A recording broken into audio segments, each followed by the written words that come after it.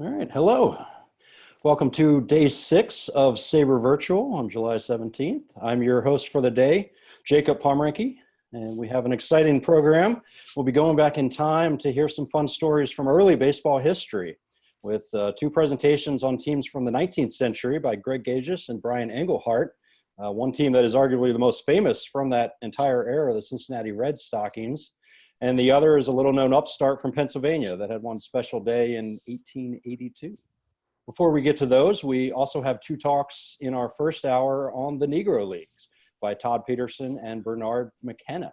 We'll be diving deeper into the intersection of baseball and race relations in the 20th century, both on and off the field. A quick programming note for everybody. We'd like to remind you that this session is being recorded, and it will be posted online on SABR's YouTube channel afterward, where you can also watch replays right now of the first 5 days of SABR Virtual. If you do not wish to be recorded, you are free to leave the meeting now.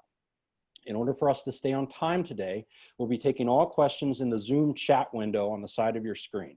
So you can type in your questions on the chat, and all the presenters can answer when their talks are over. Please also remember to set your microphones to mute and turn off your video if you're not one of the speakers so that we can save on bandwidth and everyone can hear the speakers clearly. Thank you for joining us for SABR Virtual. We hope you enjoy the show tonight. Leading off is Todd Peterson. Todd is a Kansas City-based visual artist, educator, and historian. He received Yoseloff SABR baseball research grants in 2006 and 2010. And he was selected as a winner of the Tweed Webb Lifetime Achievement Award from SABR's Negro Leagues Committee. He is the author of the book Early Black Baseball in Minnesota and The Negro Leagues Were Major Leagues that was published just last year. That will be the subject of his talk today. So let's turn it over to Todd. Okay, share screen. Go ahead. Hey, good evening. Here goes. My title of my presentation is Negro Leagues versus Major Leagues. Here we go. From the birth of the Cuban Giants in 1885 to the last year of the Second Negro National League in 1948, African-American clubs posted a record of 325 wins, 314 losses, and 21 ties against big league teams, good for a 508 percentage. This tally includes contests against intact Major League outfits, as well as games against all-star aggregations. Drawing on the results from these 650 plus games, I will establish that not only did black ball teams post a winning record against big league squads, but they outhit, outpitched, and outfielded them as well. My presentation will also explore the racist and obstructionist policies of Major League Baseball, especially those of Judge Kennesaw Mountain Landis in attempting to stop these games.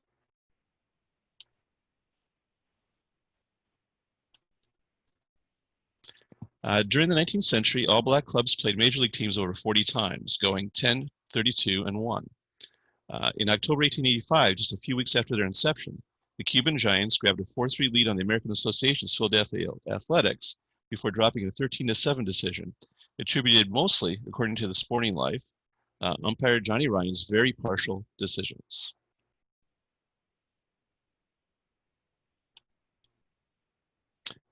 On July 21st, 1886, the Giants became the first black squad to defeat a major league team when they downed the Cincinnati Red Stockings 9-4 in Chambersburg, New Jersey.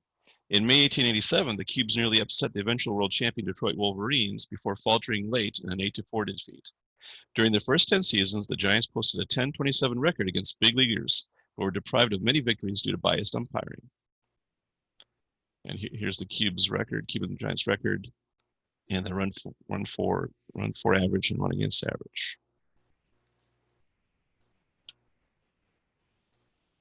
By the dawn of the 20th century, black clubs were starting to compete on equal footing with major league squads. From the first year of the upstart American League in 1900 to the last year of the Second Negro National League in 1948, African-American clubs posted a record of 315 wins, 282 losses, and 20 ties against big league teams. The success of black squads became a constant irritant for the lords of the major leagues. In October 1917, Brooklyn Dodgers owner Charlie Ebbets fined his star pitcher Rube Marquard for pitching against Lincoln Giants without permission, noting that the Brooklyn team is averse to permitting its team or any of its players participating in games with Negroes, because when they lost, it tends to lower the caliber of ball played in the big leagues before the eyes of the public. 5 years later, New York Yankees mogul Colonel Tillinghast Houston fumed Think of several teams of major leaguers losing farcical contests to colored teams. Either they ought to quit playing or at least draw the color line. And here's the record for the first 20 years. In order to prevent such perceived embarrassments, big league magnates enacted several prohibitive measures. In January 1910, motivated by the Cleveland Giants' strong showing against the mighty Chicago Cubs the previous October, baseball's National Commission extended players' contracts for a full year, not just the regular season, and forbade ballparks under their control from being leased to barnstormers, i.e. African-American teams. However, that fall, the world champion Philadelphia Athletics were beaten several times by black clubs in Cuba, prompting the commission to quickly pass a rule forbidding World Series teams or players from participating in any exhibition games. The American League man Johnson grumbled, "We want no makeshift club calling themselves the Athletics to go to Cuba to be beaten by colored teams." In 1916, MLB enacted a de facto ban against interracial contests by requiring that players get written permission from their owners before they could barnstorm. Several big leaguers were thus prevented from participating, but because games against black teams were too financially lucrative to pass up, others risked being fined and played anyway.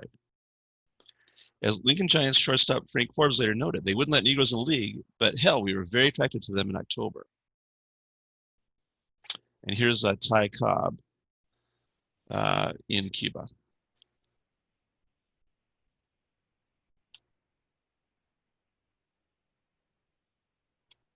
No.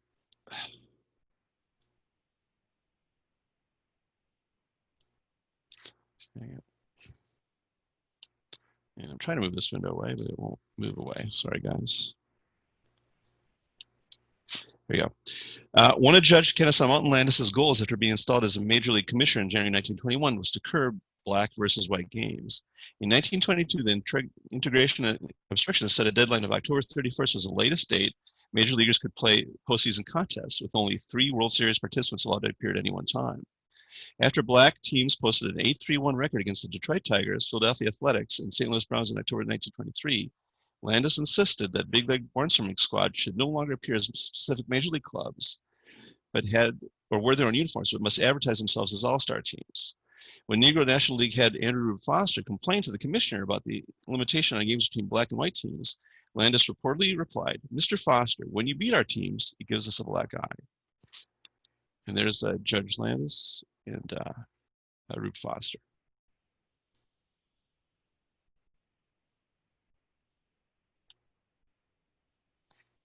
Okay.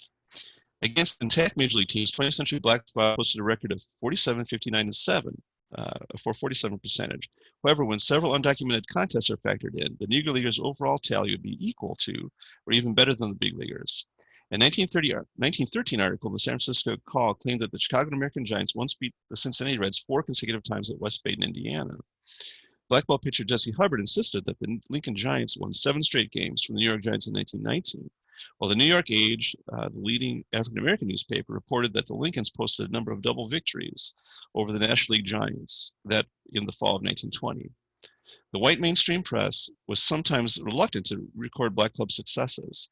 After the American Giants edged the Major League Stock Camp Grand team in 1918, the Chicago Defender reported that so stinging was the defeat that the downtown daily papers omitted on purpose the write-up in their sports columns. And so here's head-to-head in 20 versus 1924 before Landis put a stop to the games. When Bill James' Pythagorean theorem, which calculates the difference between the runs a team scores and allows to determine what its record should have been, is applied to these totals, the Negro Leaguers' winning percentage is .482, leading one to surmise that the big leaguers are sometimes lucky, or at least the recipients of a few favorable calls. In 1889, the Washington Post reported that the Cuban Giants dropped a hard-fought 3-2 contest to the Senators because of the evident partiality of umpire Quinn. During a 1935 game in Yankee Stadium against Dizzy Dean's All-Stars, Negro Leagues legend James Cool Papa Bell safely raced home all the way from second base on a deep fly out to center field, but was called up by the home plate arbiter, who laughingly told him, "I'm not going to let you do that on major leaguers." When the overall batting, pitching, and fielding statistics from these games are tabulated, the big leaguers hold a slight edge. However, the gap between the two entities closed during the first 5 years of Negro Leagues play, and the black squads wound up with a better overall slugging percentage, hit twice as many triples, smashed more home runs, and stole more bases.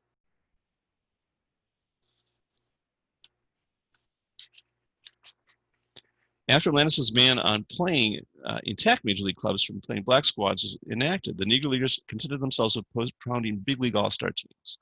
The annual practice of African-American outfits playing the premier white players of a particular area is an established tradition in several cities, including New York, Philadelphia, Baltimore, Indianapolis, Chicago, St. Louis, Los Angeles, and San Diego. Between 1902 and 1948, black clubs defeated the best white batters, pitchers, and teams they were allowed to play nearly 55% of the time. The All-Star squads included in this tally were comprised of 5 or more players with big league experience, including the starting pitcher and at least 3 players who had appeared in the majors that particular year. And here's how they stack up, 5 through 9.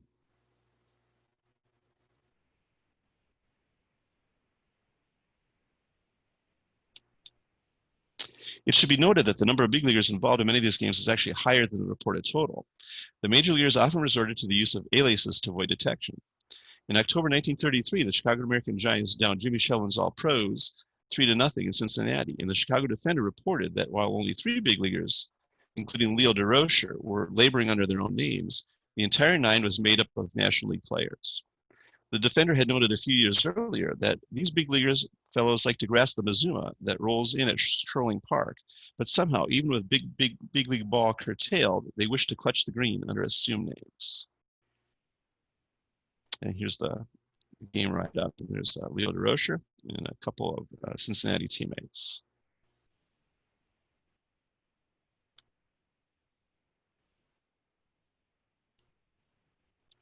As for the far-fetched notion that big leaguers are taking it easy or not giving their all, historian Robert Peterson astutely opined, there are very few professional baseball players who go to the plate without hoping for a base hit or pitch a game without trying to win, even when they are competing against sandlotters. Indeed, in contests against minor league, semi-pro, college, and military teams, major league squads racked up a record of 2,674 wins against 904 losses and 71 ties, good for a .742 percentage between 1901 and 1950. Only the Negro Leaguers had their number.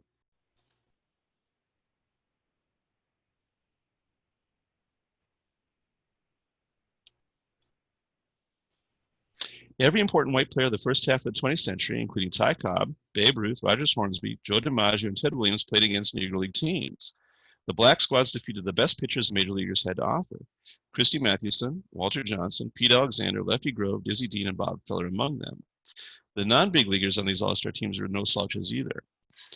During the segregation era, many of the so-called bush leaguers that faced black clubs were major league quality players.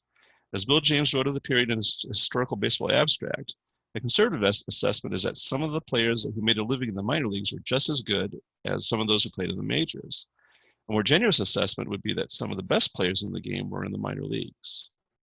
However, career minor league pitchers are almost never used by all-star clubs when facing top-flight black squads. The results were disastrous for the big leaguers when they did. And here's a shot of the Babe and a clipping of Ruth and Musial when they went to Kansas City. And the result, the Monarchs handled them pretty easily. The Babe had a great day.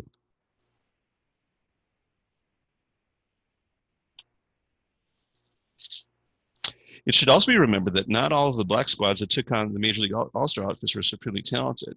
No one would ever confuse the 1920 Buffalo-Pittsburgh Stars, the 1938 Omaha Monarchs, or the 1945 Oakland Giants with a top-notch or even average Negro League team. As might be expected from their decisive winning percentage over the course of these contests, the Negro Leaguers significantly outperformed their big league counterparts in almost every hitting, pitching, and fielding category except assists and walks. However, as the black teams outslugged major leaguers by over 30 points, they probably didn't need to be very patient at the plate.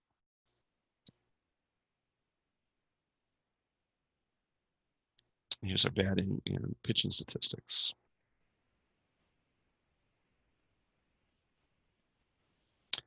As the losses to Negro League teams continued to mount, Judge Landis came up with new measures to prevent black versus white contests. He managed to cancel a 1922 showdown between the American Giants and Detroit Tigers because Cubs and White Sox were playing a city series at the same time. In October 1945, he forbade Jack Quinn and Mickey Cochran from taking the field against the Lincoln Giants, as the Major League postseason had not yet been completed. Because their Philadelphia Athletics team had finished second in the American League, the duo was told they couldn't play because they were eligible for a World Series share. In December 1935, an edict came down from the league office that players' participation in exhibition games were now limited to 10 days after the close of the championship season. By 1932, landless machinations had nearly eradicated interracial games from being played in big league cities. Chicago American Giants owner Robert Cole was unable to book any All-Star teams for his park that fall, leading the Chicago Defender to sarcastically wonder if the Lily White Cubs or White Sox were behind the blockade. Said the Defender, the Chicago White Sox management is known to have advised its players against such games, even though several of the big league players are to participate in barnstorming. Fonseca, manager of the Sox, is taking no chances, perhaps on having his club, which was able to beat the Boston Red Sox out of the cellar rights, to hurt their chances to repeat the accomplishment next season. And there's Lou Fonseca.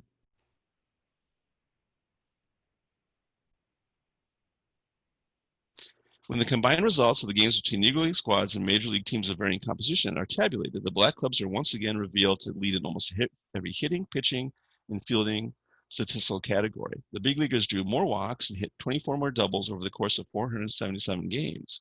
With the near disappearance of the African-American Major League pitcher in the 21st century, it is also interesting to note that black twirlers effectively and decisively outpaced their big league counterparts during these contests in runs allowed, strikeouts, preventing base runners, and shutouts. And here's the total, including All-Star and head-to-head.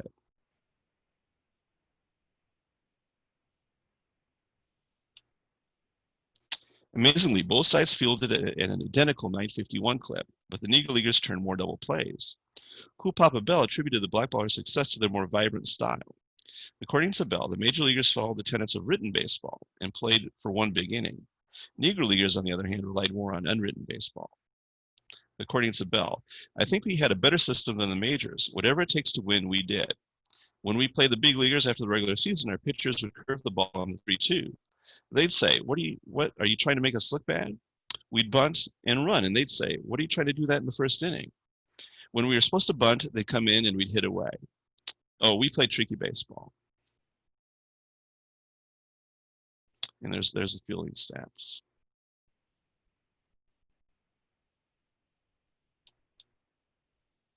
Rube Foster's formation of the Negro National League in 1920 was the turning point in the history of black baseball.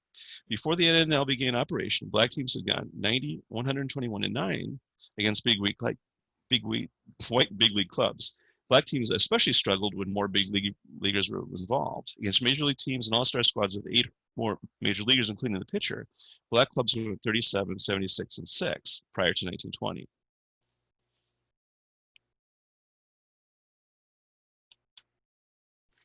Once black squads started playing league ball in 1920, however, the tide began to turn. As the old saying goes, practice makes perfect. In 1913, the 14 leading black independent clubs played an average of 21 games against each other. During the 1923 season, the 14 squads of the Negro National and Eastern Color Leagues participated at about 65 contests each. From 1920 until Commissioner Landa stopped such games in 1924, Negro Leaguers were 29, 30, and 2 against intact Major League clubs. After the inception of the NNL through 1948, Negro League teams went 206, 163, and 10, good for a 557 percentage against big league all-star teams. Regular league ball clearly led to an increased quality of play, and the subsequent success black clubs enjoyed against white baseball's best were the first substantial steps towards the integration of the major leagues. If you can beat them, you can join them.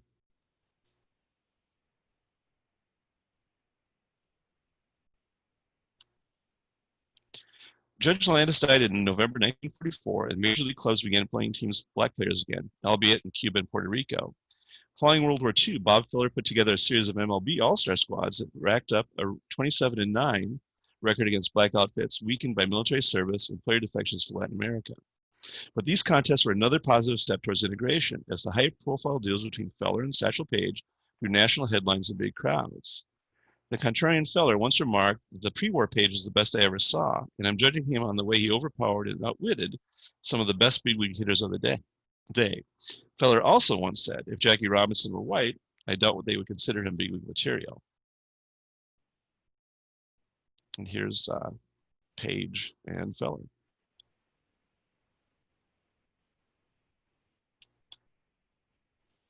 Ironically, after barring black players for most of the first 71 years of existence, Major League Baseball has spent most of the 21st century appropriating the history and culture of the Negro Leagues. On August 3rd, 1994, at Kauffman Stadium in Kansas City, the hometown Royals defeated the Oakland Athletics 9-5 while wearing replica uniforms of the 1924 Kansas City Monarchs. During the following 26 seasons, big league squads have put on the throwback uniforms of the Negro League teams with MLB emblems on their sleeves over 80 times.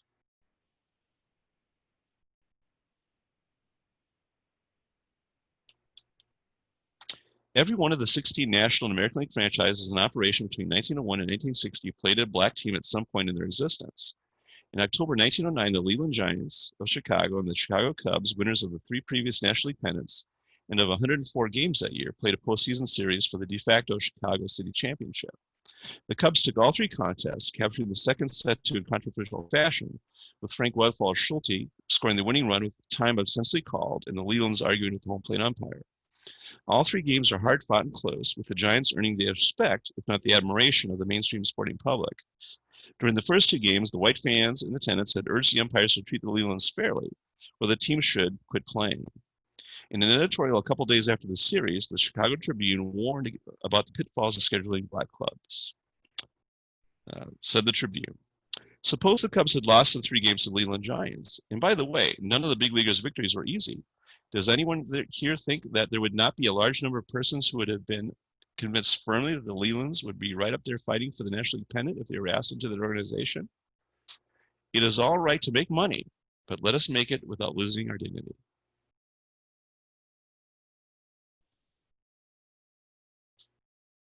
And there's the 1908 Cubs and the 1909 Giants.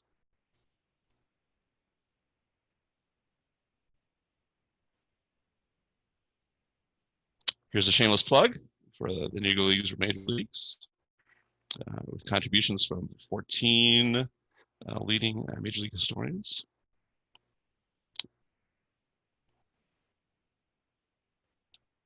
Here's photo credits.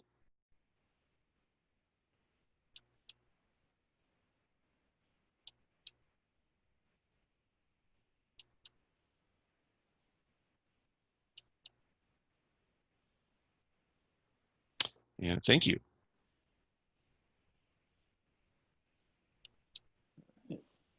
Thank you, Todd. That was terrific. We've got time for some questions. So if anyone wants to ask some questions of Todd, please put them in the Zoom chat window and we'll get to those. First question for you, Todd. The ban that started in 1911 about World Series teams not playing exhibition games, was that the same one that affected Babe Ruth and Bob Usual after the 1921 season as well? Well, I think that the 21 ban, that was Landis enacted. So the 1911 ban, that was kind of the National Commission. So until then, and then I think they're kind of different, the 2 bans. But there's several, there are a lot of bans. They had one in 1916, and they said, you know, don't play black clubs.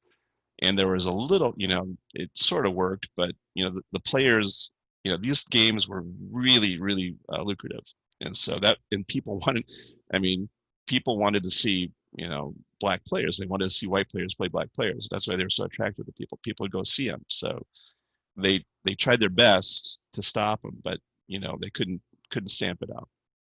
They couldn't, you know, especially back then. They could get, you know, they go, you know, major leaguers would go home and set up a game in whatever city they were in. So those all-star teams would often be the best players in St. Louis would, you know, play the Stars or the Giants at the time.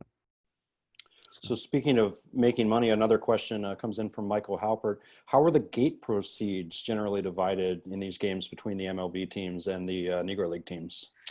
Well, I'd have to sort of speculate, but usually I saw a few references to 60-40. I mean, that's the old barnstorming split. So it'd be the winner takes 60, the loser would take 40. But you know, if you're a big star, I'm sure he got a guarantee. So Ruth's going to show up. They're going to give him, you know, a share of the gate probably. But if it's, you know, normal, it'd probably be 60-40. You know, with the park taking whatever, or the promoter taking their share. Another question that came in said it's often been said, even by some of the Negro Leagues players themselves, that the Negro Leagues teams lacked the depth of Major League teams. They were every bit as good based on talent, but they didn't have, you know, as many pitchers or as deep of a bench. Do you think that playing mostly short series and single game events played to the strength of the Negro League teams, unlike what might have happened over 154 or 162 games?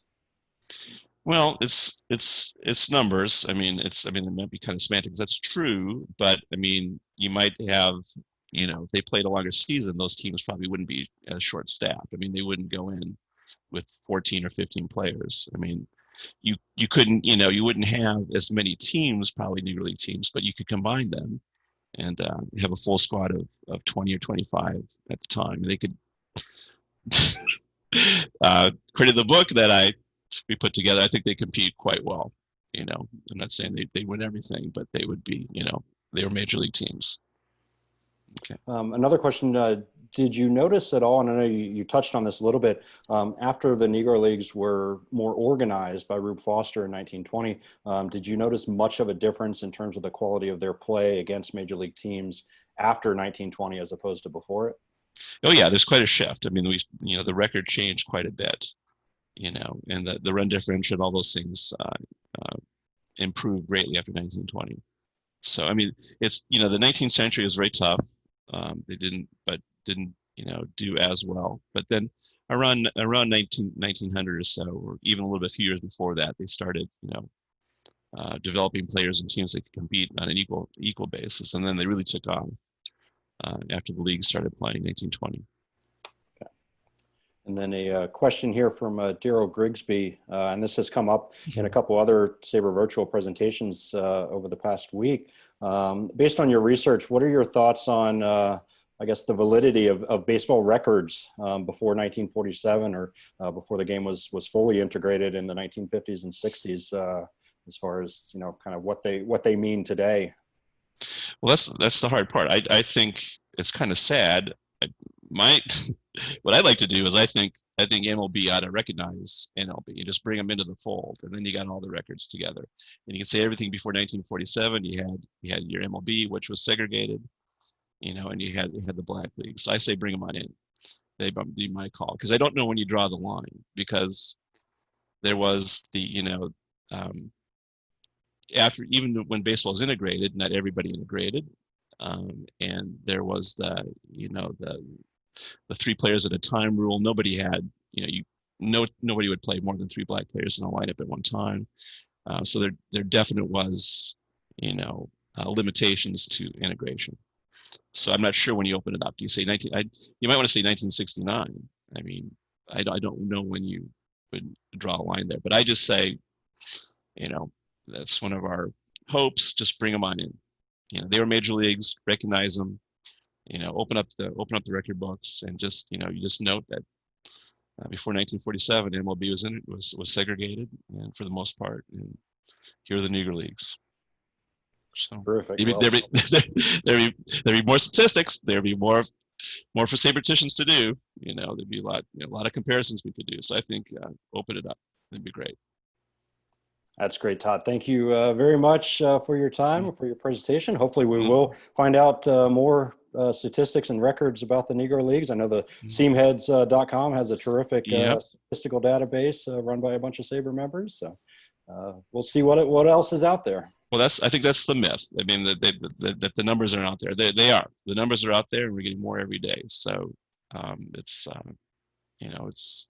we're never going to get everything, but I think we got enough to show that the Negro Leaguers were the equal to MLB. Great. So, well, thank you again, Todd, for a terrific presentation. Okay, thank you so much, Jacob.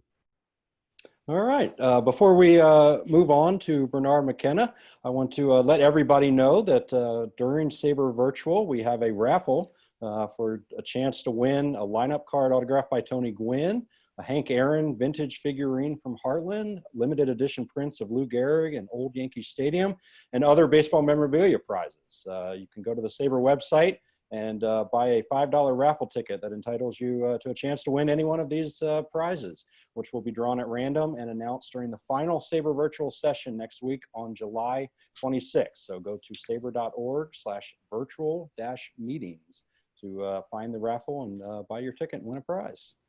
So next up, we have Bernard McKenna. He will be speaking about the Baltimore Black Sox of 1913. Bernard is the author of a book called The Baltimore Black Sox, A Negro League's History. He's an English professor at the University of Delaware, where he is the president of the College Faculty Senate. He has refereed articles for the Journal of Modern Literature and other scholarly publications, evaluated manuscripts for the University Press, and taught graduate courses at the University of Delaware, Temple University, and Drew University. He has also volunteered for the Employer Support for the Guards and Reserves programs, giving deployment briefings at Air Force bases, Army Reserve Centers, and Marine Corps Training Center in the region.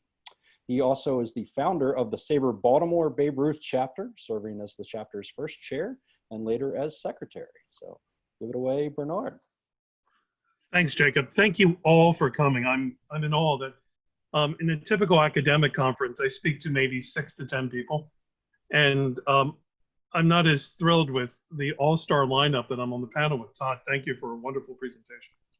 I wish I were talking to you from my hometown, and I wish I were looking at you in person. Well, maybe next year. It's going to be back in Baltimore. Before I start with my presentation, I want to bridge a bit with Todd's, and I want to share with you a story about the 1930 10-game series between the Black Sox and an all-star team. And the Black Sox wound up winning 8 of those games, losing 1, and another game was called for darkness. C.M. Gibbs of the Baltimore Sun wrote that he, quote, didn't know whether the All-Stars are convinced that they can't beat the Black Sox, but everyone else is. 7,000 fans came to Maryland Park for the opening game of the series. Webster McDonald pitched, Judd Wilson. The Black Sox, the All-Star team included Hall of Famers Frankie Frisch, Mickey Cochran, Jesse Haynes, who was with the Cardinals, National League pennant winner that year, Hack Wilson. I think that was the year he hit 56 home runs and drove in 191. And that was the Black Sox team in 1930 that originally included Ewell Suttles and Satchel Paige, but they couldn't afford to keep them on the team anymore. So they had to let them go mid-season. And the other fun story that I'll share with you, and I'm going to share my screen on this one. So I'm going off script for a little bit. But I think this is worth telling. That's Lamont Yoakley. And Lamont Yoakley, in 1927, he was 21 years old. And he was on the mound for the Black Sox pitching against a white professional all-star team. Hack Wilson, the Cubs star outfielder, approached the batter's box. And now I'm going to quote from the Baltimore Sun again. He came up swinging his bat in big league style and setting his spikes. Yoakley wound up leisurely and Wilson swung. The ball, however, was someplace else. Yoakley snapped another hot one over, and Wilson timed this one better, swinging only a fraction of a second too late. The Black Sox pitcher, with his deceptive slow windup, whirled his arm, and the ball cut the plate. Wilson stood with his bat on his shoulders and heard the umpire call him out. Yoakley indulged in a majestic grin. Wilson grinned back, while the 5,000 fans went wild. A moment later, the game was called on account of darkness. And I write that's a beautiful and memorable moment. And Todd's presentation prompted me to want to share those two stories. Now I'm going to move into something that is a little bit less focused on baseball and focused on the story behind a name. So I have a theory that the Black Sox team name is a statement about racial pride. And let me share some screens, and so you don't have to, let me switch screens here. Here we go. And it centers around this photo of the 1913 Black Sox. This is going to be the key to it. And I'll work around that. To many of you, the idea that a team called the Black Sox is obviously a statement of racial pride. And honestly, I agree with you, but I wanted to see if there was any evidence. And the short answer is no. Sadly, there is no direct extant evidence that indicates that the Black Sox executive group and players met in the winter of 1912-1913 and decided to choose that particular name for the club as a statement of racial pride. However, there is an abundance of circumstantial evidence. And in telling you this story and presenting this evidence, I want to share with you a little bit of the history of that team and some of the issues they had to deal with, and this is not unique to Baltimore. This is nationwide. Number one, the team wasn't known as the Black Sox before 1913. They had another name in 1912. From 1909 to 1912, the team was known as the Baltimore Giants. They had been founded in 1905 by Wallace Smith, a man who had been born a slave. At that time, the club was known as the Weldons, and they would be known as the Weldons, the Weldon Giants, the Baltimore Giants. In 1909, a new ownership group emerged. These men were white and had ancestors who fought for the Confederacy. However, that ownership group ran the team in partnership with the players. But in 1912, the Baltimore Sun ran a story detailing how the colored ball tossers have been taken over. This is the Sun's language, taken over by a company formed by white ball players who intend to run colored semi-professional baseball here this season. A month later, the Sun paper ran another story, suggesting that the Giants players did not appreciate being taken over and run by new ownership. The article indicated that the Weldon Baseball Club has reorganized. The story goes on to list the familiar names from the Weldons and the Baltimore Giants: Wise, Matthew Barber, Charlie Evans, Charlie Thomas, and James Johnson, whose cousin was Jack Johnson, the heavyweight boxing champion, who himself had to deal with racial headwinds. The Washington Herald called the reorganized club the Colored Champions of Baltimore and declared that the Baltimore Weldon Giants played a peppery game. It was during the winter of 1912 to 1913 that a new ownership group emerged and provided financial support for the club. The new owners were leading members of Baltimore's African American community and were very active in the civil rights movements of the 1910s through the 1950s. That's the first piece of the puzzle, the first bit of circumstantial evidence. The new team would be a statement to those men who tried to take over and run African American baseball in Baltimore. More on that ownership group later. Let me go to, I'll save that next one. The second piece of evidence is the historical and political context. Baltimore's mayor and city council passed and enforced a series of laws between 1911 and 1913 prohibiting Black families from moving into white neighborhoods. Those laws became a model for segregation laws throughout the country and resulted in the confinement of a growing Black population into increasingly congested sections of the city. One such area was the 17th Ward, described as a filthy slum. Animal excrement and garbage lay in the streets. Cholera and typhoid were a constant threat, and the district was the tuberculosis center for the city. Prominent members of the African American community fought back. Now this leads us back to the ownership group. But the second bit of circumstantial evidence that the name was a statement of racial pride was these laws that were being enacted in Baltimore at the time. So it was their way to fight back. So a new ownership group comes in. They named the club the Black Sox in 1913. And here is their advertisement. And in this advertisement, take a look at two names on the bottom: H.E. Young, president, and John R. Williams, secretary and treasurer. And I'll talk about those men briefly. Howard Young. The new team's president was Howard Young. He fought the segregation ordinances by purchasing a home in a white neighborhood, challenging the law.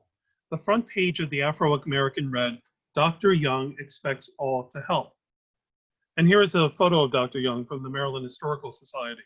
And you see here the African-American paper and the layout of his pharmacy. He was a lifelong, who was he? He was a lifelong member of the Republican Party and was never known to use the slang expression, raise his voice, or curse. He was one of 14 children. His father, the Reverend Alfred Young, had been born a slave on the Lower Eastern Shore, this is Maryland, and moved to Baltimore after the Civil War, where he met and married Howard's mother, Emma Jane Carpenter Sorrell. Howard's mother could neither read nor write, and most likely had also been born a slave in her home state of Virginia. Dr. Young was educated at Howard University in DC, and he first worked there before moving to Baltimore in 1900 to open the city's first African-American-owned pharmacy at 1140 Druid Hill Avenue, just a mile from John R. Williams' boyhood home. We're going to talk about John Williams in a moment. Before we do, I want to talk about another prominent African-American family. Other advertisements list the team's business address as Smith's Hotel, 435 Druid Hill Avenue. And the team and the hotel shared the same phone number, Mount Vernon 4281. Wallace Smith, founder of the Weldons in 1905, and his brother Thomas were once again a financial resource for the Black Sox. And this is Smith's Hotel. And Smith's Hotel was important not simply for its role in Negro League baseball history, where people, James Brady talks about how black ball players would stay here through the 1920s when they came to the Black Sox, and many of the Black Sox had permanent rooms in the hotel. The Afro-American Baltimore's paper for the African-American community was right across the street, and the reporters and the players would mingle at the bar. The Smith brothers started the business simultaneously with the infamous segregation ordinances. In May of 1913, this is when the Black Sox played their first game, the Afro-American featured a guest column that communicates the hotel's importance to the African-American community nationwide. I am stopping, this is a testimonial, I am stopping at a real hotel, one of the best in the country for my people. It is the Smith's Hotel on Druid Hill Avenue. It reminds me that when I was a boy, I never dreamed of my people owning hotels, for I thought they were only for white folk. The Smith brothers were on the front lines of the racial conflict at the interface between African-American self-assertion and legislative opposition to advancement. In 1903, the Baltimore Sun labeled them, quote, lawless Negroes, slandering the family with accusations of voter fraud and of bribing public officials.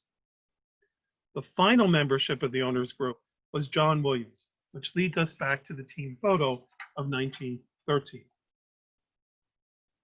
And there's a great story about how this photo, this photo came from 1913, and it's through John Williams. And John Williams provides the key for unlocking the photo's secrets. In addition to being the team's secretary and treasurer, he also served in the 351st Field Artillery in the First World War. And here's a photo of the non-commissioned officers from the 351st. The Baltimore Afro-American ran a one-page photo of them, which you see in front of you. And if you look at the back row, sorry, there's Sergeant Williams, and there's the gentleman on the side of this photo who is John R. Williams when he was secretary for the Black Sox.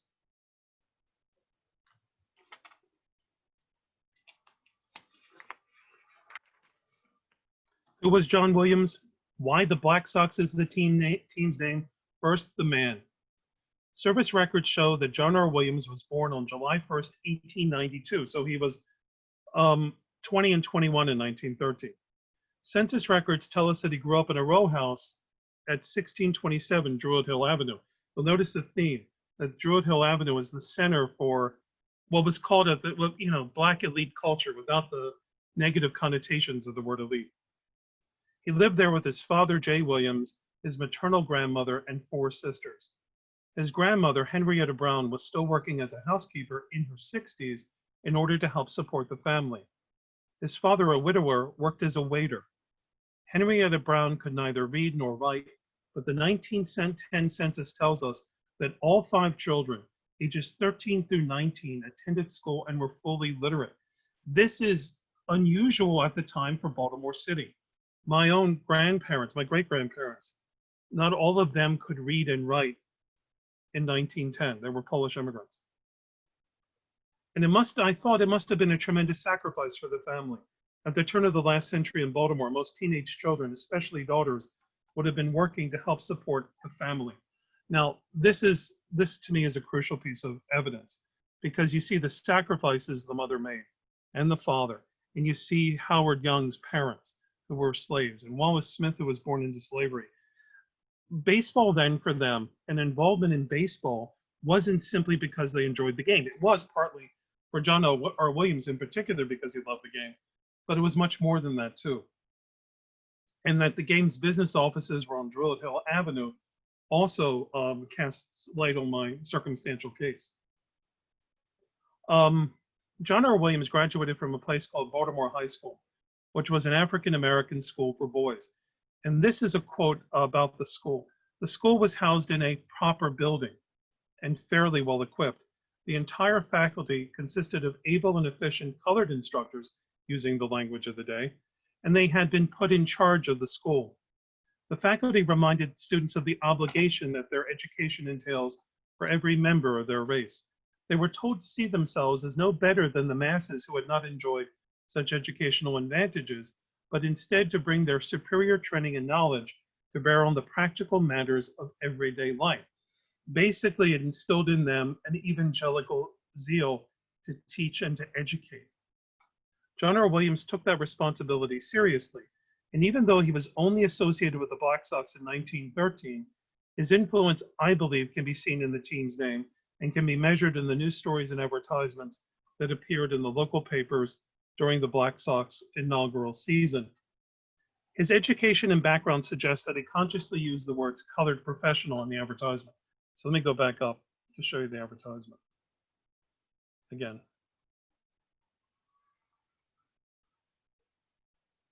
It might not be in this one, but it's in others, where he talks about the team as colored professionals. Scroll back so you can see the gentleman himself. The phrase reflected the ideals Williams had learned at Baltimore High School, which in turn mirrored the philosophy of the Black elite circle that was starting to rise in prominence.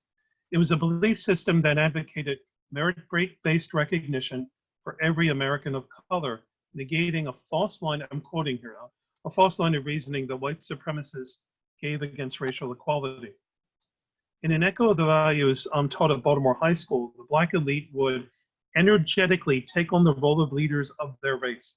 They worked for the advancement of all people of color in the spirit of noblesse oblige, yes, but for other reasons too. They identified with all Blacks according to race. And they operated with the idea that they would teach and educate what some people saw as their unschooled lower class counterparts. And they wanted to participate in uplift activities. And if you go back to the photo, you take a look at John R. Williams' clothing. I was able to identify, so John R. Williams is in the driving coat and he's carrying the Gladstone bag on the right of the photo as you're looking at it. And you notice in his dress, there's a suggestion of uplift. The gentleman on the far left of the photo is Walter Williams. He's not related, although he lived on Orchard Road, which is right off Druid Hill Avenue. He was the team's first manager, but really it's travel manager. And he was also the first professional African-American official scorer. He worked with Rube Foster in Chicago. But this is where he was a Baltimore guy, and he lived there in 1913. And I want to talk about two other notices here, and I'll keep the Black Sox here. A notice ran in the African American 2 weeks into the season, and it was intended for an African American audience, and it tells its readers that all games will be played at Oriole Park, not mentioning the International League Orioles. Rather than by mentioning professional, excuse me, forgive me, I skipped something here. I want to talk about two ads. It ran in the Baltimore Sun. Baltimore is to witness for the first time professional colored baseball. And I key on the words here, witness. And I see that as telling a white audience, the Sun paper's readership, that not only the team's players, but its ownership is African American, and therefore the Black Sox would bear witness to what professional colored baseball means for the city. And contrast that with a notice that Williams also wrote, this one in the Afro-American. And it takes a different tone. That ad intended for an African-American audience tells us that all games will be played at Oriole Park. It doesn't mention the International League Orioles. It doesn't open by mentioning professional colored baseball, but declares rather that all lovers of the best there is in Negro baseball will rejoice. The tone is much more colloquial and familiar than that which appeared in the Sun. Significantly, the notice that appeared in the Afro-American indicates that this city will be represented by the Baltimore Black Sox. The words are a statement of pride. A quote, Negro team, again to use the language of the day, will represent Baltimore. The word this functions in the context of the Afro-American as a counterpart to the word witness that appeared in the Sun. Whereas in the Sun, the word witness is used to show what the city or what right readership of the city will be unable to deny, that given the opportunity, African Americans can perform at an equal level with other races. In the Afro-American, the word this refers to what readers of the Afro both would have known and were about to realize, that a city currently enacting laws to restrict housing and opportunities for its African American citizens will be represented by an African American team. And the separate notices subtly recognize not only the different ways in which African Americans and whites would have experienced Baltimore, the notice also demonstrates that there are two Baltimores. The Black Sox, with the quality of their play and play on the same field as the white professional Orioles, will bear witness to those separate cities. Moreover, the Black Sox, in bringing the best colored teams in the country to Baltimore, would embody the ideal of a merit-based playing field for African Americans. It is in this spirit of racial witness to excellence, speaking to both the African American Baltimore and to white established Baltimore, that the team may have taken its name, the Black Sox. Therefore, that's my circumstantial case. I won't sum it up because I want to allow time to take questions. Does anyone have any questions? Thank you, Bernard, for that. I've listened to a lot of different presentations on the Black Sox, and that was one I learned as much as any. So appreciate your time here today. We do have a few questions here, and I'll read them off for you. There's some good commentary in the chat about the intent of players like John Williams to make political statements. Have you ever been able to find any, I guess, firsthand references to some of these players, making political statements and kind of expressing their intent, or is most of the evidence circumstantial? Some of it is very direct. There was a ball player named Doc Sykes, and he was a incredible pitcher for the Black Sox. And sadly, his arm gave out before Baltimore played in the Eastern Colored League. But he would later be a witness in the Scottsboro case. And in exchange for his serving as witness for the defendants, he had a cross burned on his lawn and at his office. He was very vocal about it. There were other men. Blaney Hall does something really interesting on the 1920 census. The Black Sox were giving out some contracts at the time, but really they didn't until the next season. But Blaney Hall declared his occupation on the census as a baseball player, and he indicated that he was salaried. So there are men who do it directly, like Doc Sykes, and there are men who do it indirectly, but just taking immense pride in what they're doing and saying, I'm a ball player. That's what I do. I get paid for it. And that was on the census. And you can see the pride through that. I could go on with other stories too. If you're interested, I can. Or if you're interested, read my book, which is just out. Let me plug that one. I have a photo of it somewhere. Just look it up on Amazon. So Daryl Grigsby asked, what sparked your interest in this team in particular? I had heard about him when I was growing up. My Uncle Tony was, he said he liked Babe Ruth because he looked like him. And he had also spent a misspent youth down in Baltimore City. But he didn't share his baseball talent, but he shared his love for baseball. And my Uncle Tony would go down, tell me stories about seeing Lamont Yoakley pitch down in Westport. That became part of my childhood. And I explained in the preface to my book that I grew up with this love for Baltimore that has never left me, and a love for baseball. And I knew that the Black Sox were out there. I read James Brady's book. I never thought I'd contribute to it. I read Daniel Nathan's material too. That's something I want to recommend. He has 2 great articles on the Black Sox. But it was a lunch with David Bennett Stinson, whose novel Deadball explores another aspect of Baltimore baseball history. And he was telling me that nobody knew the location of Maryland Park or the Westport baseball grounds. And I said, you know what? I'm conferencing with students next week, and there'll be dead time. Let me see what I can find. And I found them. I found them on aerial photos. And I thought to myself, let me see how far I can take this.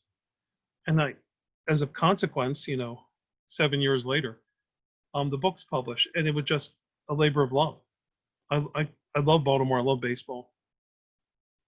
And I have been schooled to know that they played real ball rather than the way major, because that's what I was told. They were all people when I was growing up. It's hard to believe now, but John McGraw was considered an Oriole, and his idea of inside baseball was gospel for a lot of people. And you think Earl Weaver's 3-1 home run, pitching and defense.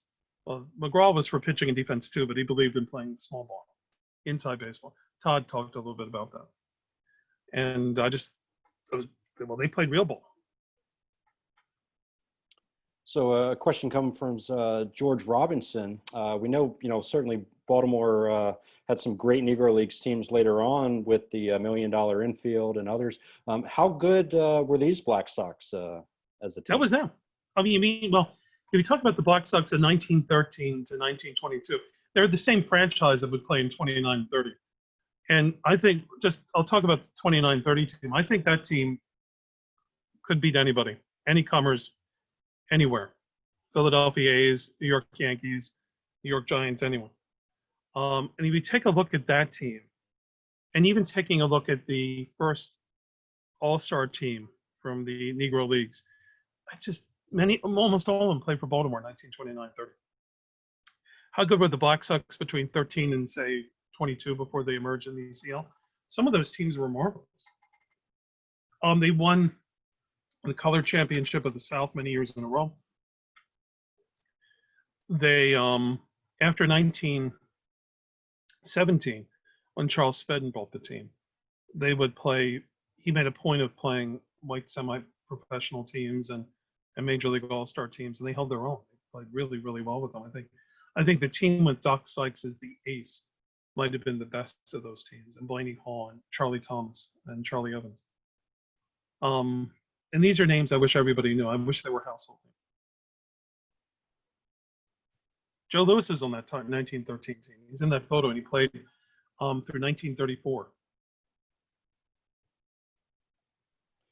Well, that's terrific. Well, we certainly appreciate your time. Is there anything else you want to say about the Baltimore Black Sox that you didn't get to cover? Oh, I don't know whether I should say this. There's a photo on eBay now. I'm going to give this away. I can't believe I'm doing this. It's of an unidentified Afro-American ball player from the 1910s. Just do that. Look it up. I just blew it out of the water now. I was going to buy it. It's Doc Sykes from 1910. I think it was probably from 1915, 1916. And if you compare that photo, so there it is. Now it's going to go up for more than I can afford. But I thought I'd share that with you. And feeling that gave me chills. Oh, there is one more thing. I'll take 2 minutes to say this. So I'm writing about, what I didn't talk about today is how Joe Gans, the boxing champ, who played, he played against the Weldons. And he was furious because they played his team to a tie. And papers raved about him. They said at the plate he was a terror. And they used vocabulary about him that talks about how clever and smart he was defensively and on the base paths. And I talked to Gary, who does a lot of artwork for Seamheads, and he loves Baltimore too. And we worked up a sketch of him, what he might have looked like playing for Joe Gans' 9 or the middle section Giants. And then about a year ago, Brian Ashton posted on Facebook a photo of his great uncle, who was manager for the middle section Giants. And there is Joe Gans standing there with his first baseman's mitt. And that gave me chills to see that.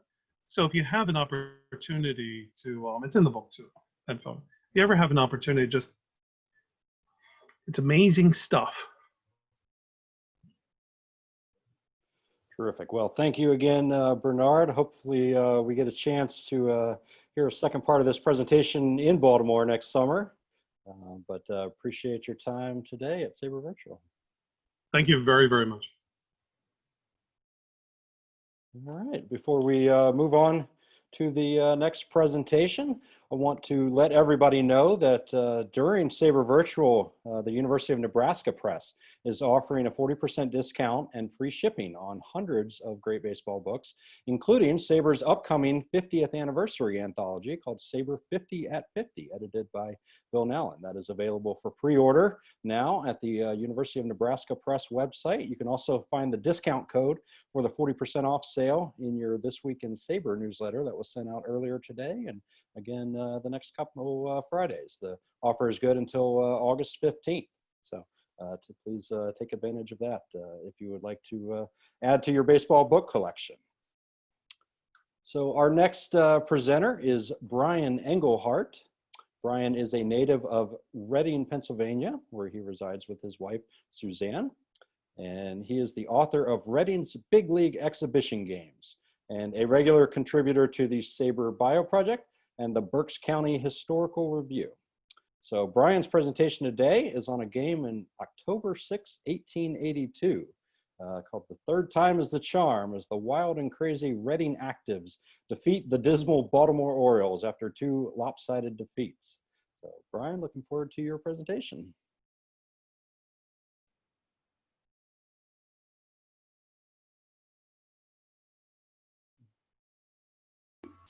Yes, there we go. All right, now we can see it. Technical stuff stunts me. Okay, I wrote Reading's Big Leagues Exhibition Games about 5 years ago. About 80 games that big league teams played in Reading, and much to my chagrin, after I wrote that, I found about another couple of big league teams that played in Reading, one of which was the 1882 Baltimore Orioles, who played the Reading Actives back then. Any other games I missed, fortunately, were more than 100 years before as well. But that pricked my interest about these games. And this is going to talk about both of those teams more than just the games themselves, but we will talk about 2 interesting groups that played in the games. I just want to say, Clifford Blau wrote a great article on the 82 Orioles, or the Lord Baltimores. They were never referred to in any accounts I could find in 1882 as the Orioles, but in any event, he wrote a great article about those teams for Seamheads a few years ago.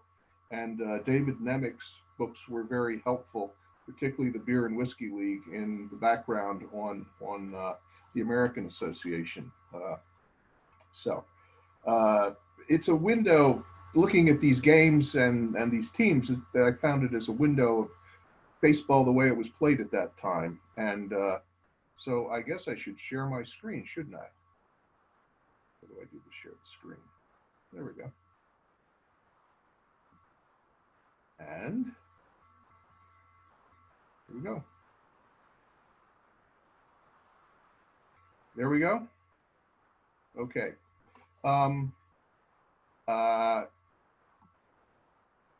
The American Association came about in 1881.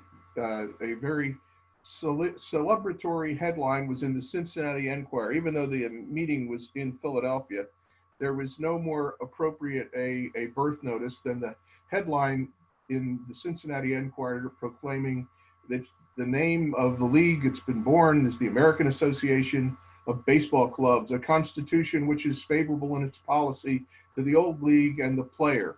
6 clubs enter, and the chances are that 8 will come in. The 6 clubs were St. Louis, Cincinnati, the Eclipse of Louisville, Allegheny of Pittsburgh, the Athletic of Philadelphia, and Atlantic of Brooklyn. However, the Atlantic of Brooklyn pulled out in February. Billy Barney, the former ball player who had been putting their package together, and they pulled out for financial reasons. The stadium commitment he said he had turned out he didn't really have. So the league was short a team, and along comes Baltimore, and group in Baltimore puts in a bid and brings Henry Myers as manager. Myers had been predominantly a minor league player. I think he had 1 game with Providence in 1880-81. But he puts a team together where he's the shortstop. The team is comprised mostly of players with limited experience on the major league level, what we had of major leagues at the time. We have a couple of players with experience, but most of them did not have any big league experience. John Schetzline was a 32-year-old rookie out of Philadelphia. Charlie Householder, if you can see him, he and his picture shows that he had the same skin problems I did in high school. The other players had only played a year or two in the minors, except Charlie Waite had played for the St. Louis Browns, and his claim to fame is he's probably the first player to use a glove in the outfield. Don't get attached to Frank Burt. He's like the guys in Star Trek that would go down to the planet's surface with Kirk and Spock wearing red shirts. So you don't get too attached. Tricky Nichols was the pitcher that began the year with the team. He was a 7-year veteran. He had a career record of 27-61 going into the season. However, he had suffered as the pitcher's box kept getting moved back. His career kept getting more limited. Plus, he was on some bad teams. Most notably, his first year in 1875, he's on the New Haven Elm City, where he went 4-29. And I'm sure not all of those 29 losses were his fault. And let's take a look at the cream of the crop of the Orioles that year. You have their top 12 players are listed in the WAR list in Baseball Reference. And the top WAR on the team was Charlie Householder with a robust 1.3. The team itself's WAR rating was minus 2.8. So what you have is, as I said, the cream of the crop here. And they're modest numbers. The other thing that's notable, of the 4 people in the lower row, Harry East, there's 4 people in the lower row, Harry East, Lewis Smith, Amos Booth, no relation to the famous one, and John Russ, they all each only played 1 game with the team, 1 game with Baltimore the whole season. And still they had enough out of that game that their WAR rating wasn't nearly as negative as any number of their other teammates. What happened here? Make that go away. Okay. That's there. So the games begin on May 2nd. They open up. The Baltimore loses to the Athletics in Philadelphia. The team gives Tricky Nichols a lead. However, he gives it back. Philadelphia scores 7 runs in the last 2 innings, and Baltimore loses 10-7. We let one get away. Let's see.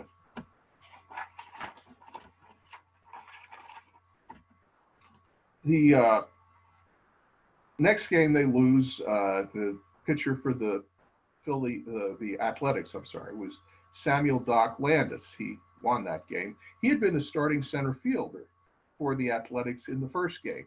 However, the third game was the charm there. They beat the Athletics in Philadelphia 6-4. Harry Jacoby hits what the Philadelphia Times calls the longest hit ever made at Oakdale, which was the name of the Philadelphia park.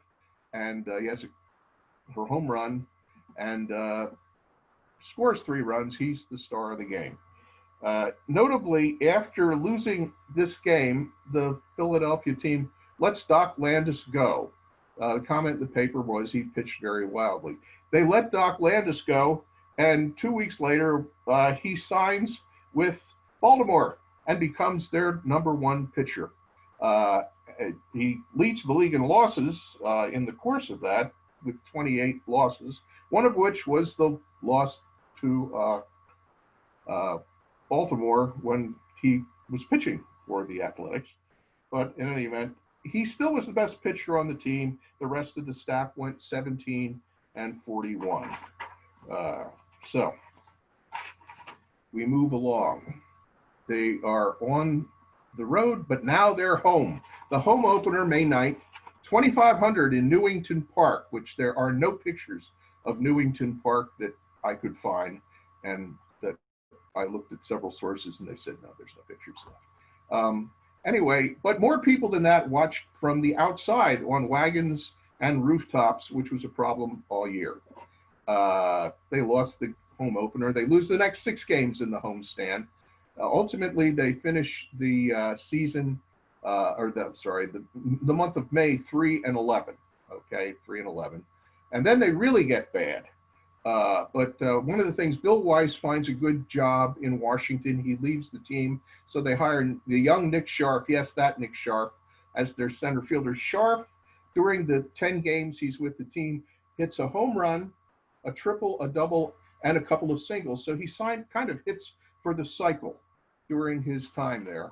But that's that. There you go. Nick Scharf's gone in a little while too. More changes. Lots of shifting around. As I said, don't get attached to Frank Burt. His 111 batting average is released at the end of May. They signed Gracie Pierce, who was let go by Louisville, and they make him team captain. He takes over as the second baseman. He leaves in August because of illness, but he is there long enough to lead the second baseman in the league in errors for his time there for the whole season. They move other people around to new positions, and those are deck chairs, and that's the Titanic. And it's a cliche, but it's a very applicable phrase on certain occasions, like talking about the Orioles or this Baltimore team. Oh, for June. Oh my goodness. I said they were bad in May. In June, they were worse. But all is not lost. They signed Tom Brown. He debuts, he's from Britain, and he emigrated to California. In his debut, he gets 4 hits, and Baltimore beats the Alleghenies in Pittsburgh 9-8. That's the write-up in the Baltimore Sun for that victory, yes. And then they have another victory breaking after that. They have a 2-game winning streak in Pittsburgh, and that's the other write-up. The articles in the Pittsburgh Post-Gazette and the Pittsburgh Daily Post are much more agonizing about our Alleghenies have lost to the worst team in the league. How is this? How is this? Well, anyway, they leave there were 2 victories. They're now 5-26 and feeling pretty good about themselves, I guess. Huh? So we move on with the season for Baltimore. More changes.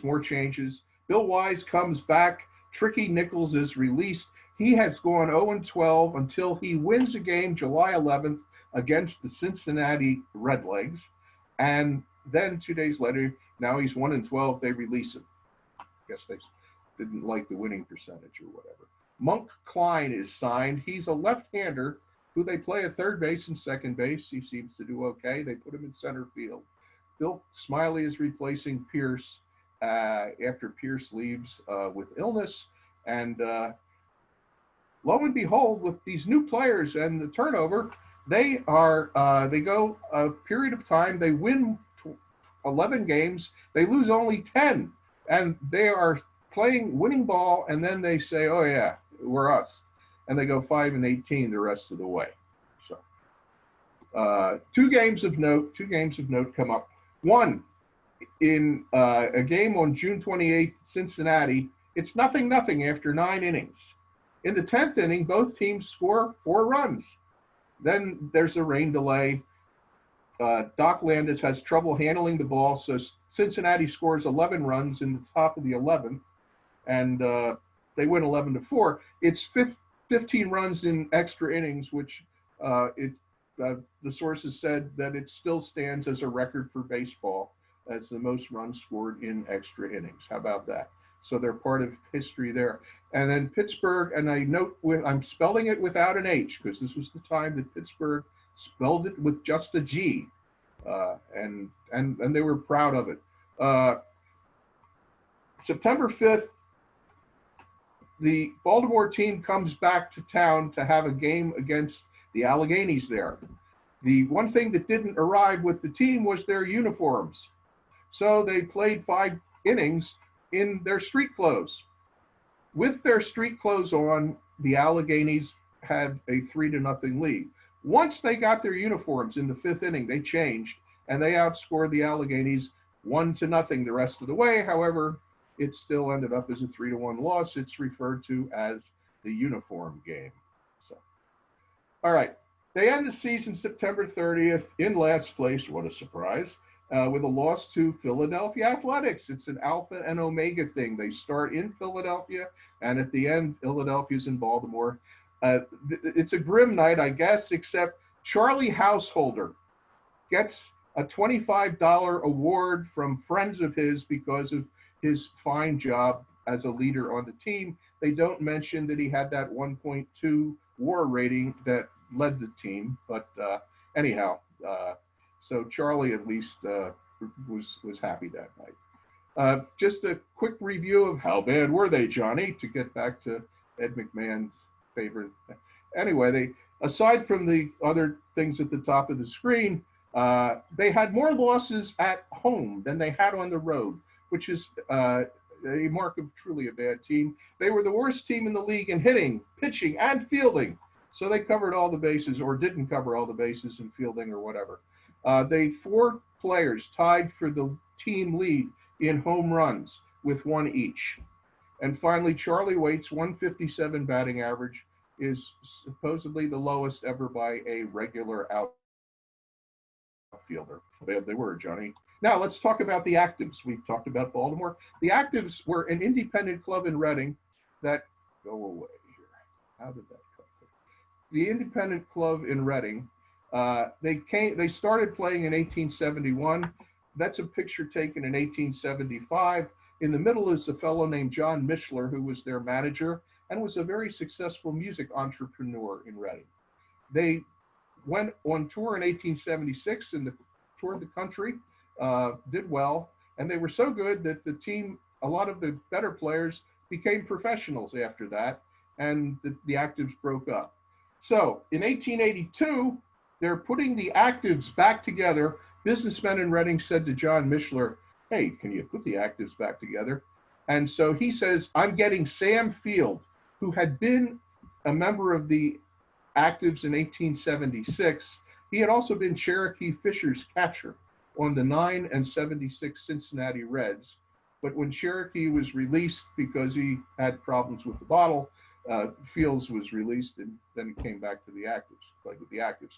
You don't have to read all these things, but they are basically a feel for the Reading Times. Just about every day in April would say, Sam Fields, he's getting players. Sam Fields, he's getting a ballpark. He's getting transportation for the team. He's getting teams that we're going to play. So he was doing stuff. It's a lot of work to put a ball team together. And they were getting the band back together. All right. Who were these Actives of 1882? The most talented one and the most successful in careers was Henry Larkin. He would play 10 years with various teams, most prominently the Philadelphia Athletics. He was the offensive leader. Were there stats printed for the Philadelphia, or I'm sorry, for the Reading Actives? Maybe, but I could never find any. And I talked to several local baseball fanatics, historians. Nobody could find quantification that year for that independent team. Edward Cannonball Morris had a decent year. Henry Moore, after he played for the Actives, he hit well on the Washington Nationals, I think 336. Just this month, John Thorne wrote an article about Henry Moore, the mystery man of baseball. We'll talk about him a little bit later on, but he was signed as an infielder.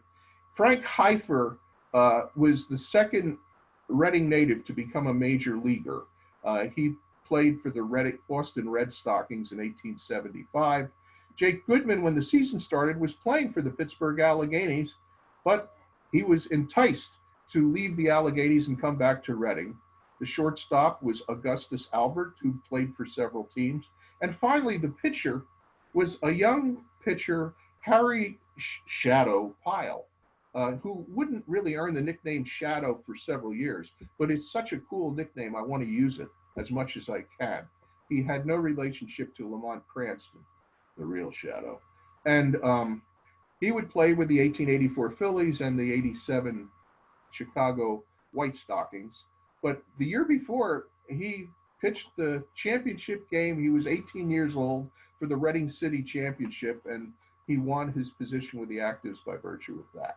So he was quite a pitcher for those independent clubs, against independent clubs. Speaking of which, here's the teams that the Actives played, mostly in central and southeastern Pennsylvania, New Jersey, some up in New England, and they were very good. They did 48-13 was the record that they had against these teams.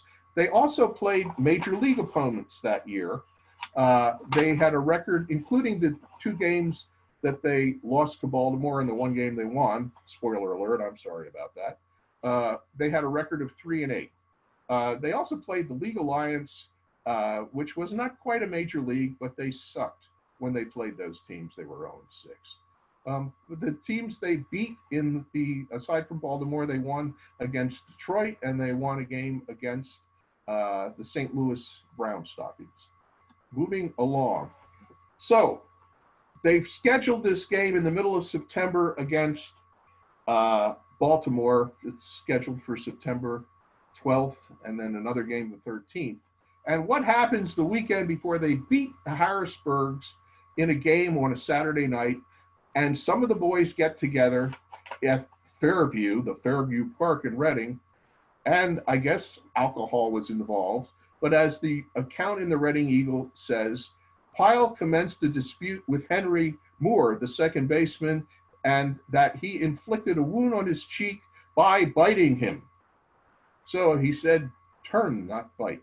Anyhow, as a consequence, Pyle had some incidents before, some of which involving alcohol. He's 19, he's young, and he got picked up by the police in Harrisburg as a result of a brawl out there, apparently.